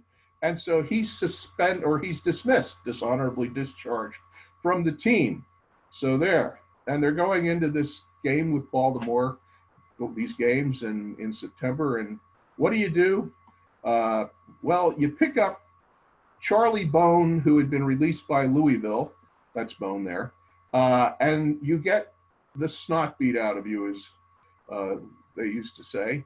25-0, a big day for the Baltimore team. Young Brown has 5 hits. Monk has 3 hits. Landis pitches a shutout called the Chicago. And everybody in the audience out here knows the Chicago. That means you shut them out. And so they even use that in the headline, pretty clever. Moore has 7 errors. Morris, the catcher, has 6 errors and 3 pass balls. And Bone has only given up 4 earned runs because they had 22 errors. The Actives had 22 errors. Ironically, in the middle of the game, they hold the meeting and reinstate Pyle. So Pyle comes back the next day. They decided Pyle's a young man and there's no such thing as a bad boy. Let's give him another chance. And Bone, as it says in the account here, his balls were deviled so badly as to give everybody pain. So the largest crowd of the season comes to see this resurrection game. Unfortunately, they still make errors in back of Pyle. The Reading Times wrote, "One man does not constitute a baseball 9. Brown keeps hitting. Gus Alberts, he gives 5 errors up as the shortstop. They lose that game. However, we're here 2 weeks later. The Baltimore team's done. They come up to Reading for yet another exhibition game. The night before, they lose a game in Harrisburg, an exhibition game. But Pyle, no earned runs surrendered, lots of errors, of course, 6 errors. He gives up only 4 hits. Games tied up by runs surrendered with errors in the top of the 9th, but in the bottom of the 9th, Henry Larkin bangs a single to right, drives in the winning run. The actives win. The actives win. Revenge is a dish best served cold. So, postscript for the actives, they joined the Interstate Association the next year. It's managed by Field. They don't do badly. They do very well. 1884, they joined the Eastern League, except they fold up August 4th, so they didn't do so well that year. Henry Larkin, 10 years in the major leagues. Henry Moore goes to Washington in the United Association, hits .336. Pyle was not invited back to the actives. He pitches for Wilmington. He pitches for several teams. Eventually, he has his debut with the Phillies. He becomes known as the Shadow in 1887 when he's briefly with the Chicago White Sox. Baltimore, after Reading, they had another loss to Harrisburg, and they go quickly into the good night. 3 members of Baltimore play for the actives, and they eventually have a whole new team the next year. All the players are gone, and the management changes. Billy Barney, becomes the manager. And the next year, the team still finishes 28-68. Finally, the one-man good luck charm, Amos Booth, played 1 game with Baltimore. He has a pedigree. He played with the 1876, 9, and 56 Cincinnati Reds and the 15 and 42 Cincinnati Reds the next year. So there. Do not have him on your team. Thank you. That's it. All right. Thank you, Brian, for that entertaining presentation. We have a couple minutes for questions here real quick. First question, do you have any idea, I guess, why after such a kind of a blowout loss in that first game, why Reading was able to beat Baltimore in that third game? In the third game, Baltimore's, keep in mind, it's 3 weeks later. Their last game was the league game that counted was September 30th. So that game was October 6th. I guess they were probably tired and didn't feel like they were happy being in Reading, playing as the visiting team. Oh, there was only 200 people at that game too. That's just a guess. Question comes in from Justin with the SABR Pictorial History Committee. Where were you able to find that photo of Doc Landis? That's one of the very few players that the Pictorial History Committee apparently does not have an image of. Find a grave. Underneath it said Pop Pop. So I took a stab with Find a Grave. I looked at his lineals. I sure hope that really is the Doc Landis, but that's where I got that from. What is it? Where Find a Grave is. Interesting. And then final question from Michael Halpert. Can you provide a little bit more detail about why a new Orioles franchise was created after the 1883 season? I guess they were last place. They had no coverage. None of those games in Reading were written up in the Baltimore Sun. None of them. And very scant coverage throughout. And so I don't think they were that well received, and it was not a moneymaker. So that's the thought. All right. Well, thank you again for an entertaining presentation. Appreciate it. Thanks everybody for listening. Have a good night. All right. Before we get to our cleanup hitter, I just wanted to give one more plug for the SABR Virtual Raffle. You have a chance to win baseball memorabilia prizes, including lineup card autographed by Tony Gwynn, Hank Aaron, vintage figurine from Heartland, and limited edition prints of Lou Gehrig and Old Yankee Stadium, among other baseball memorabilia prizes. So go to sabr.org/virtual-meetings, and you can enter the virtual raffle. The winners will be announced during the final SABR Virtual session on July 26th of next week. So our final presenter is Greg Gajus. Greg is the co-author of the book Baseball Revolutionaries, How the 1869 Cincinnati Red Stockings Rocked the Country and Made Baseball Famous, which was nominated for the Casey Award in 2019. Greg also contributed to Big Red Dynasty, How Bob Howsam and Sparky Anderson Built the Big Red Machine, and also the book Tony Perez, From Cuba to Cooperstown. Greg retired in 2014 after a career analyzing television ratings for Turner Broadcasting. He resides in Cincinnati and still works part-time as a game day data stringer for MLB Advanced Media. And Greg and I had the good fortune of being on a panel discussion about the 1919 Cincinnati Reds last summer with Greg in Cincinnati at the Mercantile Library. So he is a wonderful presenter, and looking forward to going even further back in time and talking about the 1870 Cincinnati Red Stockings, the year after their famous winning streak. So Greg, take it away. Okay, thank you, Jacob. Let's see if this works here. Okay, is it up? Looks good. Okay, great. Thanks, Jacob, and let's dive in. This year is the 150th anniversary of the 1870 Red Stockings, who in many ways are more interesting than the more famous 1869 team. And most of the narratives in general baseball histories is that after the Red Stockings lost a game or two, fan interest really disappeared and they folded up after that. But in researching Baseball Revolutionaries, we found that the story was much more nuanced than that. So before I dive into the story, this photograph is the only known picture of the Red Stockings on the playing field. It was taken on May 31st, 1870 in Cleveland. So before we talk about 1870, I just wanted to do kind of a quick review of the 1869 Red Stockings. This illustration was from Harper's Weekly, and it was from the absolute peak of the 1869 Red Stockings on July 1st, 1869. They had returned to Cincinnati after beating all of the best clubs on their tour of the East.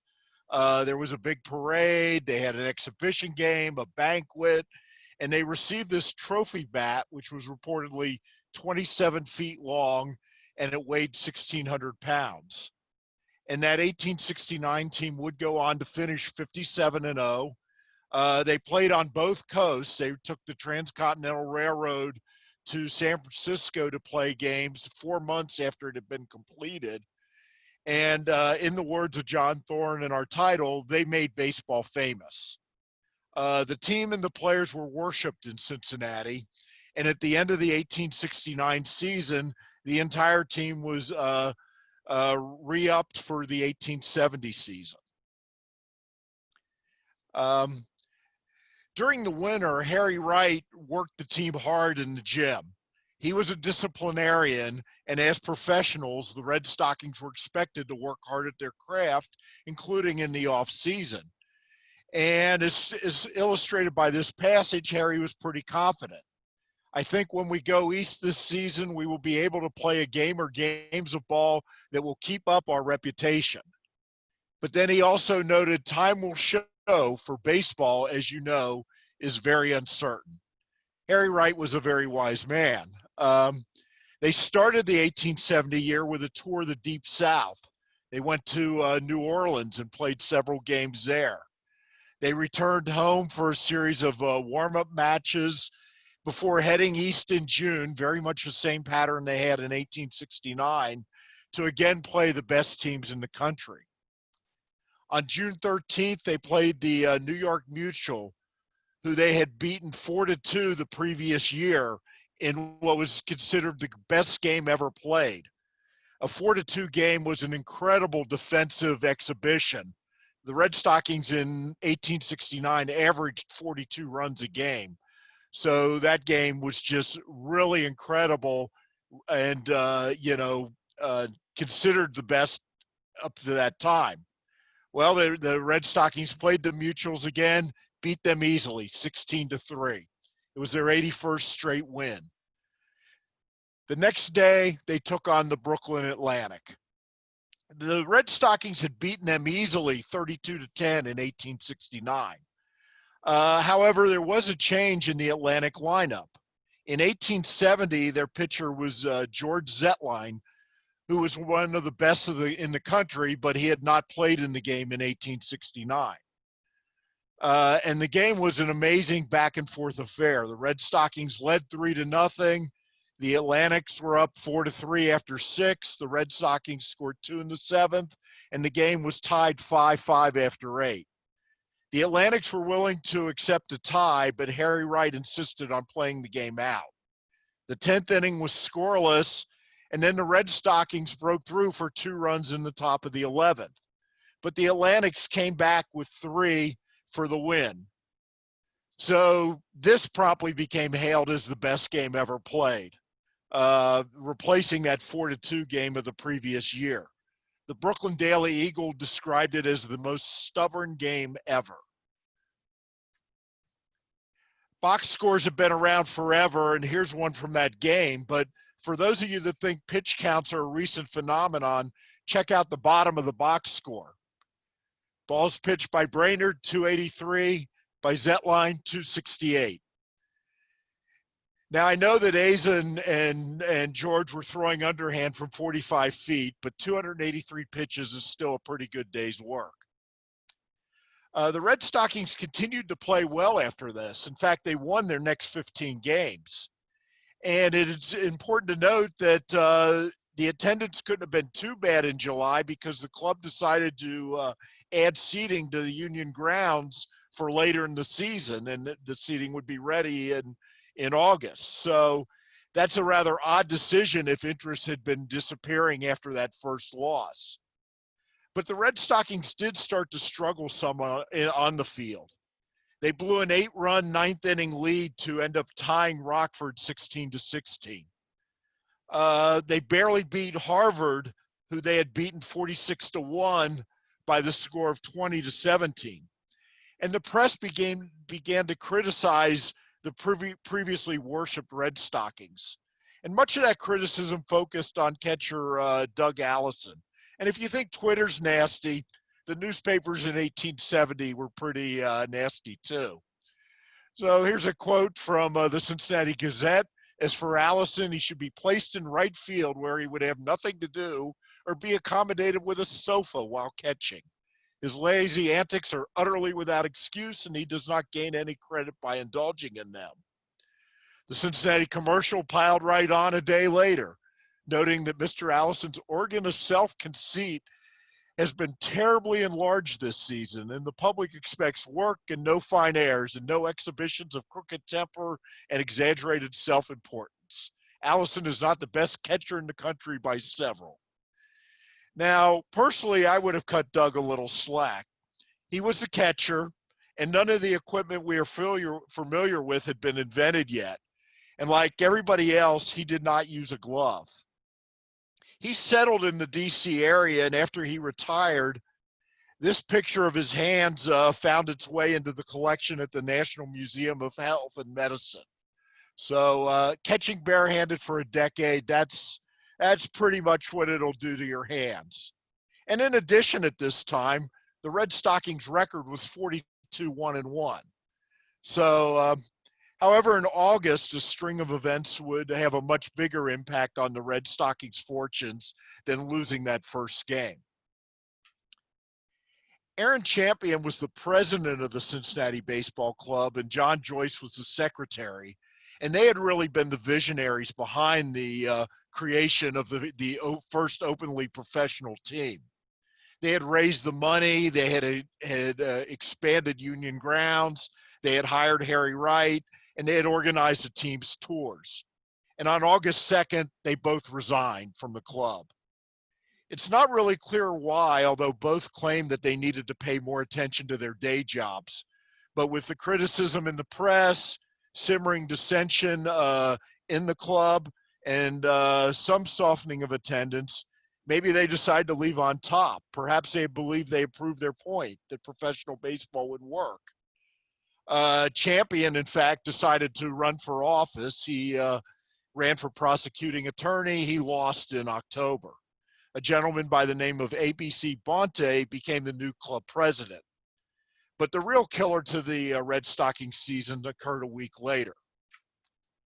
George Wright was the biggest star in baseball at this time. He was a fantastic hitter, an incredibly acrobatic fielder, and he had charisma. Basically, if you take Mike Trout and have him play shortstop like Javi Baez, you'd have a pretty good idea of George Wright, the player. And in 1869, he averaged almost 6 runs a game. And he was clearly the star. But on August 9th in the game against the Troy Haymakers, he tried to steal second and suffered a severe knee injury, probably a torn ACL. The Reds won the game 34-8, but they had lost the best player in the country. George would eventually return to play, even with the considerable handicap of a bad knee, but usually it was in the outfield or first base. And the rules at that time actually allowed a courtesy runner for him when he batted. The Reds were 48-2-1 at this point, but without their star, the team did start to go downhill. And then on August 26th, the Red Stockings boarded a riverboat to go to Portsmouth for a game against the Riversides, who they had beaten 32-3 in late May. And this turned out to be one of the craziest games of that year, or really any year. The Red Stockings defense was unusually sloppy. Usually they really clamp down on lesser teams. And Asa Brainerd was also hit hard. Going into the bottom of the ninth, and the Red Stockings were batting second because they had won the coin flip and batted last, the Riversides led 27-23. Cal McVeigh and Charlie Gould were quickly retired, so there was 1 out to go for what would have been a huge upset. There was an error followed by a couple singles. Then there was a fly ball to left field that looked like another error, but the umpire ruled it a catch. Harry Wright appealed, and they did what would normally be done in these type of situations in 1870. They asked the Riverside outfielder, who was named Huddleston, whether he caught the ball or not. And he, of course, answered as the only way a gentleman could. He said he did not catch the ball, so the inning continued. There was another single, and then Charlie Sweezy hit a grand slam for basically a 6-run inning after 2 were out and nobody were on, and a very improbable 29-27 walk-off win. On the boat ride back to Cincinnati, Sweezy and some of his teammates apparently got hold of some alcohol, and fights broke out. And it's not clear from the accounts whether it was among the players, the other passengers, the crew, or all three.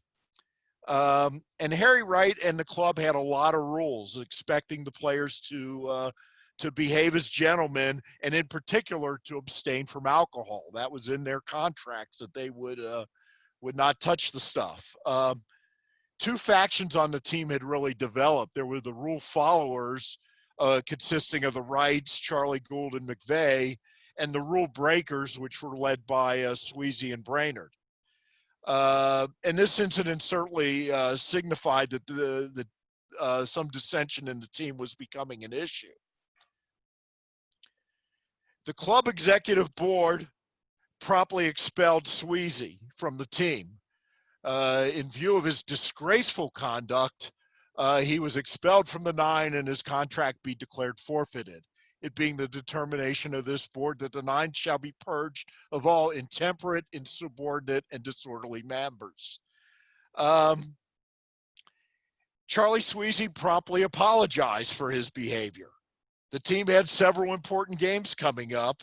George Wright was still hurt, and Sweezy was one of the better players on the team. So 1 day later, the executive board decided to reinstate Charlie Sweezy to the first 9 of the Cincinnati Baseball Club.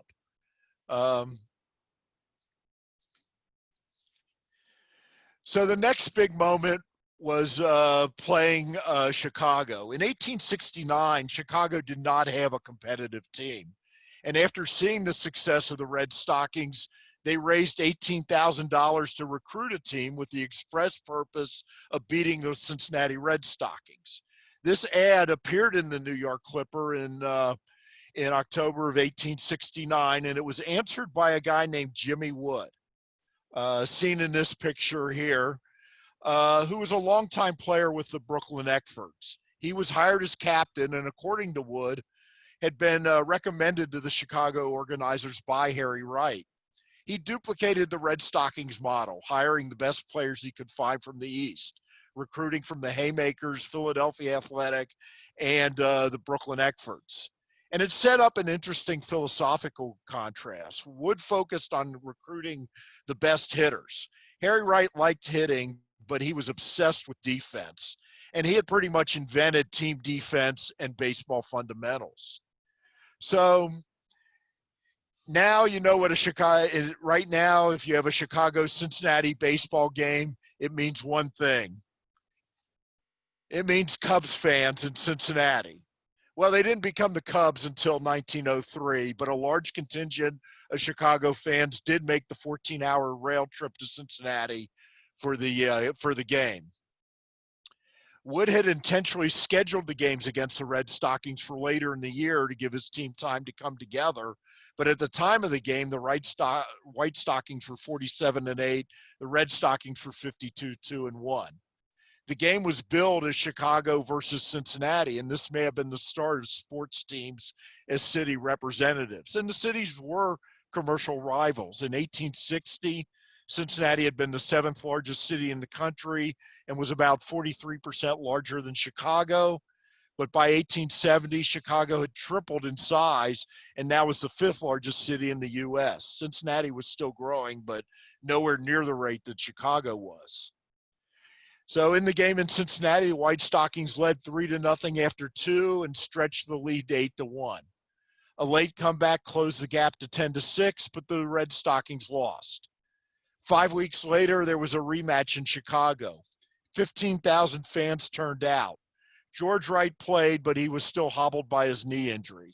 This game was closer. The Reds jumped out to a 5-1 lead, but the White Stockings chipped away. It was 8-8 after 8 innings, and then the Red Stockings defense collapsed, and the White Stockings scored 8 to take a 16-8 lead. The Red Stockings rallied with 5 of their own, but could not complete the comeback, and the final score was 16-13. And the Chicago papers certainly piled on after these games. One of the Chicago Times noted Cincinnati was patriotic in the late ball match. On the field were the red and white, and in the crowd, the blue. The Tribune noted, "We are glad to note that Cincinnati exhibits some growth, for we feared the census would show a falling off in population as well as in hogs and baseball." And the headlines after that first game, you know, it's kind of, I just love this 19th century writing. When the Garden City sets out to do a thing, she does it. It took money to accomplish the business, but it is done. It was not only done, it was well done. So they knew what it took, and they were proud of it. And Cincinnati grieveth, and Chicago exalteth. So in my mind, the 2 losses to Chicago is what really buried the Red Stockings. Despite the better overall record, they could not claim that they were even the best team in the West. And with all the buildup for these games, the losses devastated the local fan support for the team. One of the flaws of the National Association was that there was no clear way of determining a champion. Technically, if you beat the current champion in 2 out of 3 games, you would be the champion until someone took it from you. And there were 5 teams that were the top teams in 1870. And if you look at their records for all official games, the Red Stockings actually had the best record over the White Stockings, the Philadelphia Athletic, the New York Mutual, and the Brooklyn Atlantic. And even if you focus only on the games that were played among the professional teams, and in 1870 there were 15 teams that were considered professional, the Red Stockings still had the best record. And if you just look at the games where they played each other, the Philadelphia Athletic actually did the best among those those 5 best teams. So it was totally unclear who the champion was. There was a final game between the White Stockings and the Mutuals that ended in controversy. Chicago led 7-5 after 8. The Mutuals scored 8 in the 9th and seemed poised to win. But the White Stockings, aided by several questionable walks, closed the gap to 13-12 when the Mutuals walked off the field in protest. So it was never clear who was considered the champion of the 1870 season. Back in Cincinnati, all the focus was on whether the Wrights and the team would be back. And the new president of the Cincinnati Baseball Club did something that would have never happened in 1869 or even in 1870 if Aaron Champion was still in charge. He blasted the Wrights in the paper. He was quoted as saying, "They are good players beyond a doubt, but the papers have been so loud and extravagant in their praise that, to be frank, their heads are turned and they seem to consider we cannot get along without them. The greatest respect for both of them as men, but I don't consider them beyond criticism as players." Bronte also noted that you can wave the Star-Spangled Banner and talk about the glory of the Red Stockings and the 9 that met with no defeat, but you must put your hands in your pockets and pay the bills. You can't run the club on glory. So on November 21st, the Cincinnati Baseball Club issued a statement. Among other things, it said the experience of the past 2 years has taught us that a 9 whose aggregate salaries exceeding $6,000 or $8,000 cannot, even with the strictest economy, be self-sustaining. And we are also satisfied that the payment of large salaries causes jealousy and leads to extravagance and dissipation on the part of the players, which is injurious to them and also destructive of the subordination and good feeling necessary to the success of a 9. This may have been the first time that ownership complained about how much ball players were paid. It would not be the last.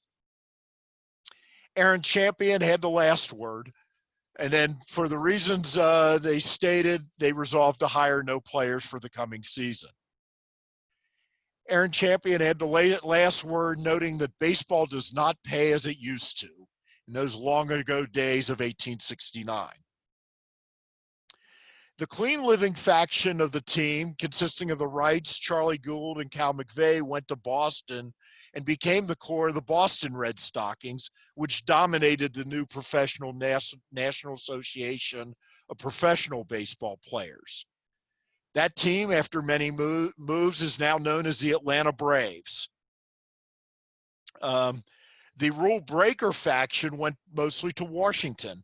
And of them, only Andy Leonard played for Harry Wright again, joining Boston in 1872. In the end, I would submit the Red Stockings were the victims of their own success. They established that there was a demand for baseball played at the highest level, and that demand increased the salaries of skilled players until the reserve clause was created in 1879. After years of investment in the team and the grounds, the Cincinnati Baseball Club just simply felt they could not compete. They had been smart to lock up the team before the 1870 season, but by the end of it, the salary scale had just gotten away from what they thought they could afford. Yes, they had a loss and attendance did decline, but it wasn't that epic loss to the Atlantics. It was the injury to George Wright, the losses to the regional Chicago rival, and the dissension on and off the field that did the team in. So the club walked away, and Cincinnati would not have a professional team again until the finding of the National League in 1876. But the team had turned the game from a regional entertainment to a national pastime, and they had made baseball famous. A little more than a century later, Cincinnati would again, for a short time, be on top of the baseball world. So, shameless plug, here's the book, Baseball Revolutionaries. Greg Rhodes and John Arardi were my co-authors, and it is available on Amazon and on Kindle. And with that, I will take any questions. Great. Thank you, Greg, for that terrific presentation. We do have about 5 minutes or so for questions, so feel free to ask any questions in the Zoom chat window on the side.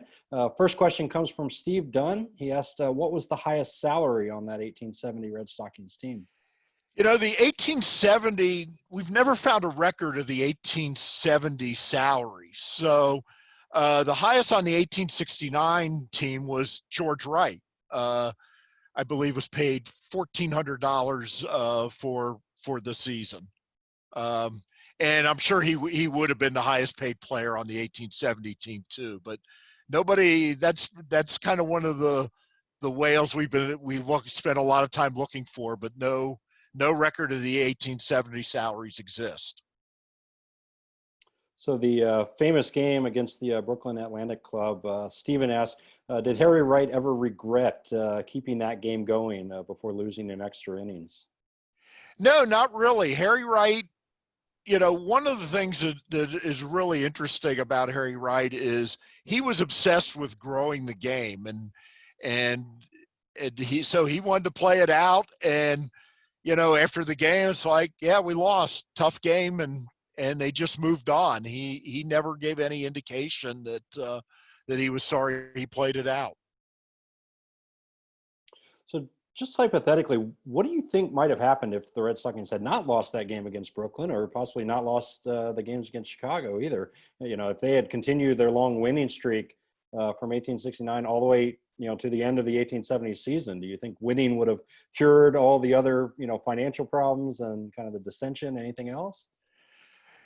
I'm pretty sure winning would have helped cure the dissension problems for sure, because those were not really present in 1869. But it would have been interesting because had the salary scale still jumped up, the club was basically a group of local businessmen that paid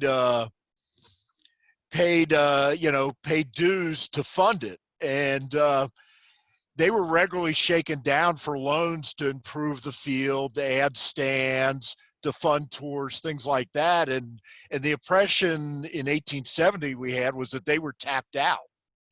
And they had actually figured they had lost the rights and tried to recruit some of the other big names. And the salary demands, they were just like, we can't do it for what it's going to cost. Their total salary in 1869 was around a little over $9,000, and you know, Chicago spent $18,000, and even if you look at I think the Boston Red Stockings in 1874, their payroll was in one of the SABR publications, and I want to say it was 17,000, and you know, 2/3 of the team were making what Harry Wright made. So I think the salary scale getting away from them still would have been a problem. But maybe, I don't know, Procter or Gamble might have dropped a $20,000 check on them. So you connected the Cincinnati Red Stockings to the Boston Red Stockings, which now kind of evolved into the Atlanta Braves, the current franchise. Steve Ferenchik asked the question, the 1869-70 Red Stockings don't have anything to do with the current Reds franchise, correct? That is correct. Kind of trace the evolution of the old Red Stockings to the current Reds? And yes, yeah, sure. So the current Cincinnati Reds claim the 1869 Red Stockings as kind of their founding team, but yeah, they really don't. The team, after it folded in 1870, in 1876, they became one of the charter members of the National League, which was basically the good teams of the National Association, and an expansion mostly west formed the initial National League. The Red Stockings were not very good at the beginning, and I want to say it was 1880 when they were tossed out for wanting to charge 25-cent admissions as opposed to 50 cents and selling alcohol at the games.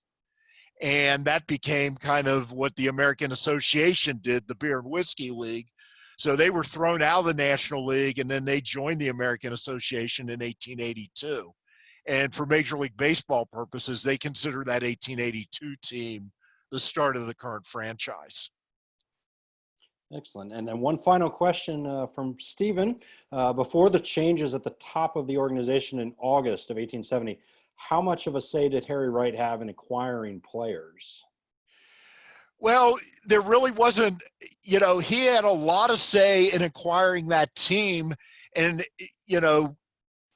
I think he had a fair amount because really all they were acquiring were subs. They swapped out they had one substitute on the payroll in 1869. They had two substitutes in 1870.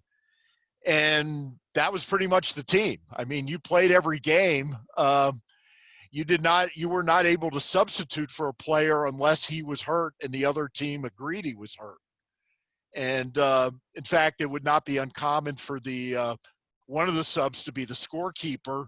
And if somebody was hurt, he'd have to run into the clubhouse, put his uniform on, and come out and replace the player that was hurt. But that had the team, the 1870 team had been the team that Harry had pretty much selected and recruited. Several of the players had actually played for teams that competed against the Red Stockings in 1867, and Harry recruited them for the 1869 Red Stockings. Excellent. Well, thank you again, Greg, for that informative presentation. That's a very fascinating era of baseball history. Even though it's very different from our current era, there's a lot of praise and complaints about both players and ownership that rings true today, too. So I want to thank Bernard McKenna, Brian Engelhardt, Greg Gajus, and Todd Peterson for their presentations today. Thank you all for attending SABR Virtual. Today's presentations will be posted online on SABR's YouTube channel afterwards if you want to go back and watch these again. Tomorrow, I hope you'll join us for day 7 when we have a great panel discussion called Baseball Then and Now, Arnold Haino's 94 Years in the Bleachers, with guest panelists John Leonidakis, Mark Armour, and Gene Ardell, talking about the sports writer and activist Arnold Haino. We also have presentations by Mitchell Nathanson, Karen DeLucas-Stevens, and Dave Paulson. So I hope you'll join us tomorrow night. You can find the complete schedule or register to attend tomorrow's SABR Virtual sessions on our website at sabr.org. Thank you again, and we will see you tomorrow night.